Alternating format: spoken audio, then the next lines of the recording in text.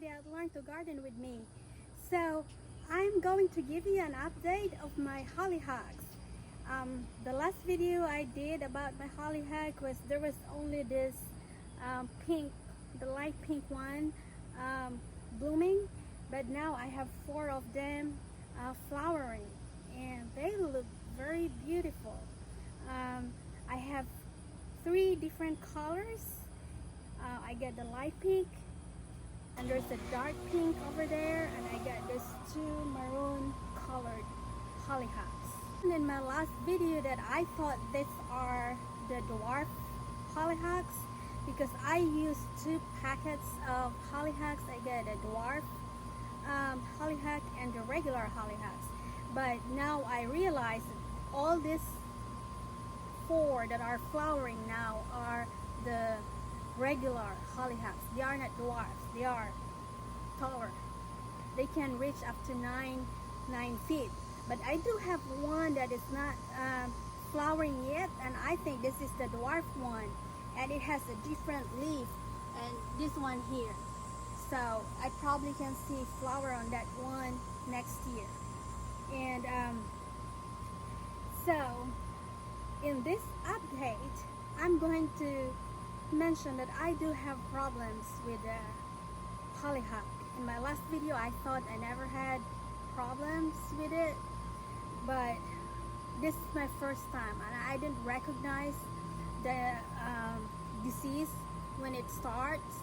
So now I realize that my hollyhocks are attacked by some kind of fungus that only attacks the hollyhocks, and these are the rust.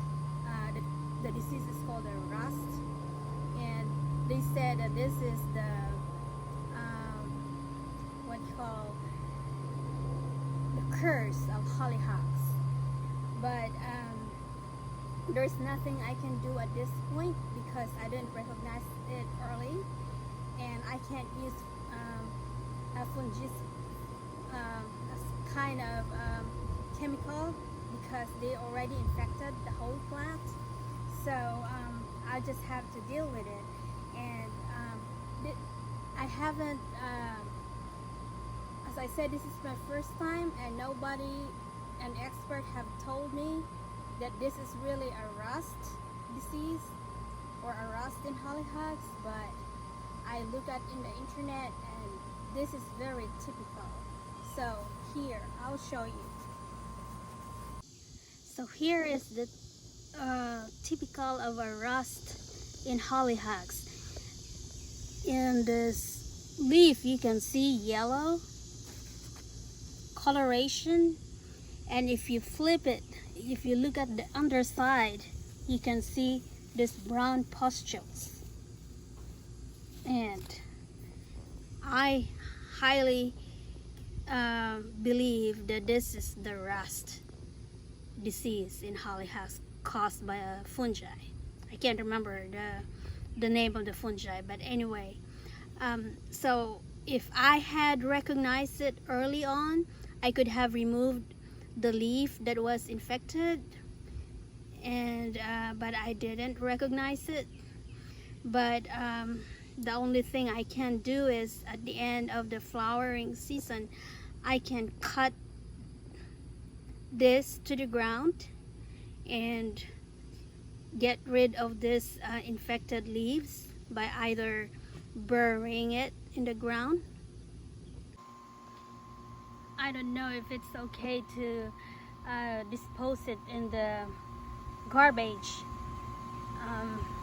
I have to look into the rules or laws here in the city if I can throw it in the garbage. I probably just go ahead and bury these leaves. It's not very much anyway. So that's the problem with my hollyhocks. To prevent this from happening, there are things that I should have done. I shouldn't have watered it during the evening because it, promotes fungal growth. But I'm a part-time gardener. I could not do it in a fixed schedule, and sometimes it's only in the evening that I have time to water it. So maybe in the future I can put some irrigation, and so it's automatic, and I should not water the leaves.